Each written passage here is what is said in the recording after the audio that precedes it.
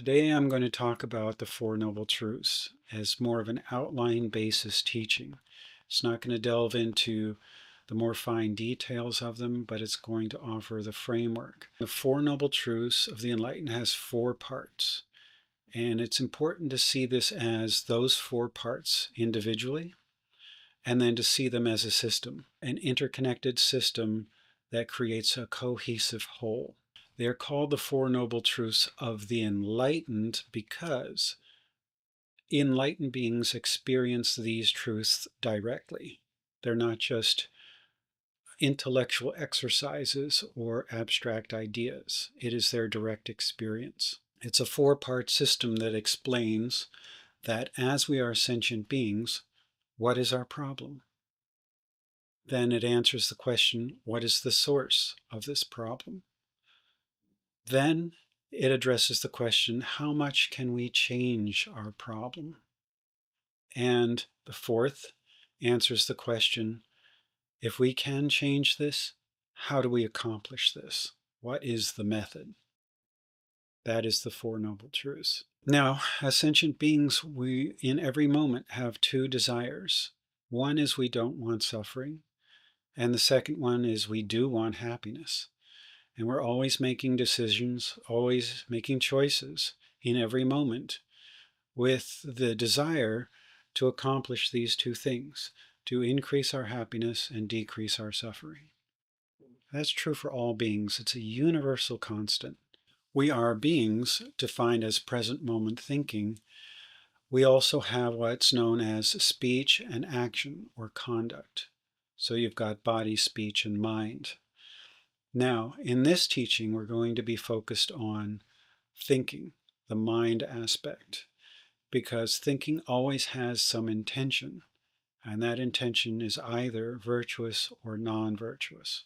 We're all trying to reduce suffering and increase happiness in every moment.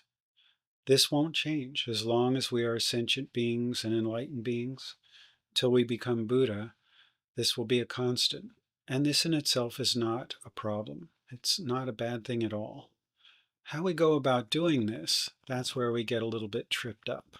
This is because due to our obscurations, which are our own negative thinking and our own negative karma, we mistakenly create the causes of suffering instead of the causes of happiness. We make our choices mistakenly believing that these causes are external, that the cause of my happiness is out there somewhere, the cause of my suffering is out there somewhere. And Buddha Shakyamuni's Four Noble Truths teaching shows us how to correct this, how to see this without making that mistake. The concise four parts of the Four Noble Truths do the following. First, identify what is suffering. Define it. What exactly is suffering? It seems obvious, but it might not be exactly what you think. The second is, it identifies what the cause of the suffering is. Where does it come from? The third, how do we completely and forever bring this suffering to a stop? This is known as cessation. It is cutting the cause at the root so it never grows back again. And then the fourth, what is the path to accomplish this? How do we get to this goal? What is suffering exactly? Buddhism defines it as three categories. There is the suffering of suffering, there is the suffering of change, and then there is pervasive formation suffering. These are technical terms. There will be a future teaching dedicated to delving into this specifically. Coming to the first noble truth of the enlightened, this is talking about suffering. Suffering itself is our negative thinking.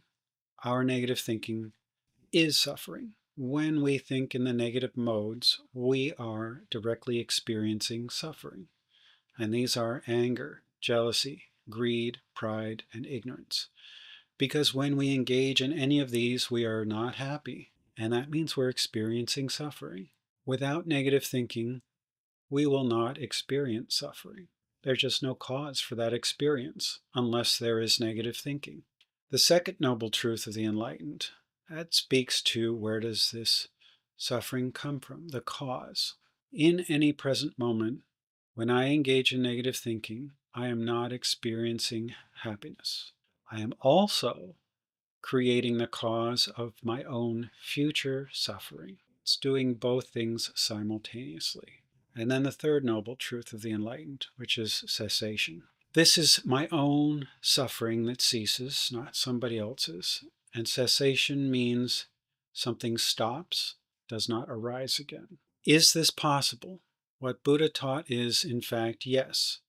What we do is we begin by reducing negative thinking, one step at a time, and gradually creating a habit of, instead of engaging in the negative, to engage in the positive. And over time, you see that balance shift. So it's an inverse proportion. When you do more of one, you're doing less of the other, and vice versa. So here the goal is to create a trend, a habit of our thinking, to increase the positive. And when that reaches a certain point, you go from 50-50 to maybe 60-40, 70-30, and goes lower and lower. Eventually you get to 100% and zero. And at that point you have attained cessation. No more negative thinking. And the fourth noble truth of the enlightened, the truth of the path. Buddha taught that positive thinking is the unmistaken path. It is both the only true path and it is guaranteed to work. It's up to us to actually use it. It is the cause for my happiness and the condition for others' happiness. So for me, my positive thinking is my cause. At the same time, my positive thinking is a condition for others' happiness. It is my cause of happiness, condition of others' happiness. And the same is true for everybody. And this is the first teaching of Buddha Shakyamuni. Once this being fully became Buddha, which is awakened omniscient, this is the first teaching he gave. And for the first 6 years and 10 months, it is the only teaching he gave. Now, of course, he was elaborating in greater and greater detail, and he taught many beings. So it's not like he was repeating something like this presentation over and over again during that time. But this was the topic. This teaching, the Four Noble Truths, is also known as the first turning of the wheel of Dharma. All of Buddhist teachings are based on this. We can confidently say if any teaching topic is outside of the Four Noble Truths, as I just outlined them, it's not actually Buddhist. It could still be beneficial, but it's not actually a Buddhist teaching. Now, the other part that we have to the Four Noble Truths is how to knowingly practice, to know that we are practicing the Four Noble Truths. What is this referring to? It means we need to tame our thinking, and we need to establish and strengthen positive thinking habits. Habits that we have are not permanent. They're constantly changing to some degree. We can, of course, cling to our habits and refuse to let them go. And when we do this without being aware, we may not even regard these habits as something that's changeable. We may truly believe they're permanent, but that's simply not true. It's a belief we can have, but it's not true. All of our habits are changeable, and in fact, they're impermanent like everything, and it means they must change at some point. So we want to change them with deliberate choice. Our practice is quite simple, at least in terms of the principle. Replace negative habits of thinking with positive. It actually is no more complicated than that. There are more things to know, certainly, but at the root, that's the total summary of what Buddhist practice is about. And with repeated practice, engaging again and again with diligence, we can identify our negative thinking. We can do it better, we can do it faster, and we train ourselves to stop. When we have found that we are engaging in negative, we can catch it sooner. Say, I don't want to continue doing that. Change it to positive. And over time, like anything you practice, it does become easier and it becomes more habitual, more automatic. When we have identified the negative, we replace it with a positive. That, of course, would be what's known as the antidotes. I did list the negative thinkings earlier: anger, jealousy, greed, pride, and ignorance. And their antidotes are 5 positive thinkings. The list is: anger is antidoted by compassion. Jealousy is antidoted by love. Greed is antidoted by faith. Pride is antidoted by renunciation. And ignorance is antidoted by wisdom. This is the sum total of what a Buddhist practice encompasses. There are a lot of details, and of course, one of the next teachings I should probably present is defining the negative thinkings and the positive thinkings. It gives us better insight into when we know what the list is and we're reviewing the kind of thinking we've had, how do we want to categorize that?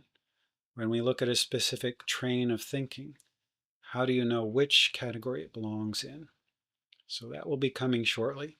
And until then, I bid you all a wonderful day, wherever you are, whatever you're doing. May it be virtuous and beneficial and most auspicious.